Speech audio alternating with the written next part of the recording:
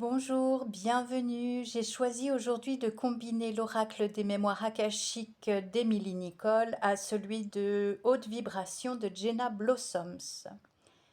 Dernièrement, vous avez pu éprouver la blessure de rejet de plein fouet et ça a eu un grand impact sur votre santé, à la fois au niveau physique qu'émotionnel. Vous en avez eu gros sur le cœur puisque vous ne rentriez plus dans les moules ou les choses qu'on attendait de vous. Vous vous avez un petit peu rué dans les brancards et vous avez perdu quelques plumes au passage. Ce combat était pourtant nécessaire, tant la lutte à l'intérieur de vous entre ce qui est bien, ce qui est pas bien, que votre riposte face aux attaques étrangères venant de l'extérieur. Donc je vous disais que ce combat était nécessaire puisqu'il vous a permis de transcender, c'est-à-dire de mettre de l'amour, de la compréhension, de la conscience sur vos parts d'ombre qui étaient encore là, à l'intérieur de vous, et de les équilibrer avec de la lumière. Vous ne rejetez plus votre ombre, mais vous conciliez de la compréhension, de la lumière pour vraiment que ce soit à votre service, comme si vous aviez dompté certaines de vos peurs, de vos craintes, de vos jugements.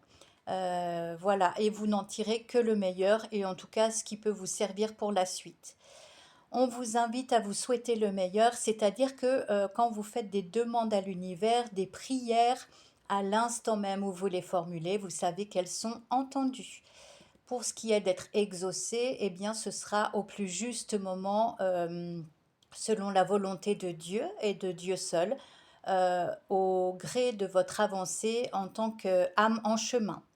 Quoi qu'il en soit, l'abondance vous appelle, abondance financière, mais abondance de réjouissance, de bons coups de pouce du destin, de jolies rencontres, tout ce qui peut vraiment vous mettre du baume au cœur et vous inviter à vous envoler. En plus de la blessure de rejet, il est question de l'abandon que vous avez pu expérimenter dernièrement. Pardon, ça peut être au sein d'un couple, d'une famille, d'un travail où on a été assez dur avec vous. Mais dites-vous que ce comportement extérieur n'est que ce que vous aviez besoin de traverser pour vous émanciper. Malgré cet inconfort, malgré ces injustices, en apparence injustices, mais qui étaient utilisées à bon escient pour vous faire grandir, vous n'avez pas lâché la main de la persévérance. Malgré les vents contraires, malgré les vagues très très très hautes, vous avez su rester fidèle à ce que vous portiez à l'intérieur de vous, en effectuant tout de même des remises en question nécessaires. Mais dans ce parcours vraiment tumultueux, ce grand 8, vous avez réussi à dépasser vos peurs et pas des moindres. Il y avait vraiment des phobies, des peurs ancrées depuis très très très longtemps. Et par des pratiques spirituelles diverses, celles qui vous convenaient le mieux, vous avez su vraiment retrouver un chemin de foi, foi en la vie, foi en l'univers, foi en Dieu, foi en vous, et ça c'est topissime. C'est tant mieux parce que vous savez que le jugement divin est à l'œuvre, que c'est quelque chose d'intransigeant, de juste, juste au niveau de Dieu, pas juste au niveau du plan humain.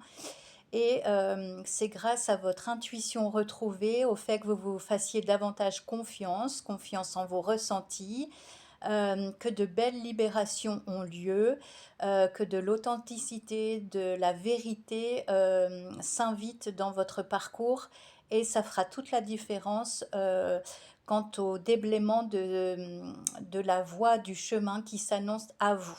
Alors bravo pour toutes ces prises de conscience et puis bonne continuation sur cette voie-là. Je vous dis à tout bientôt. Merci de votre écoute.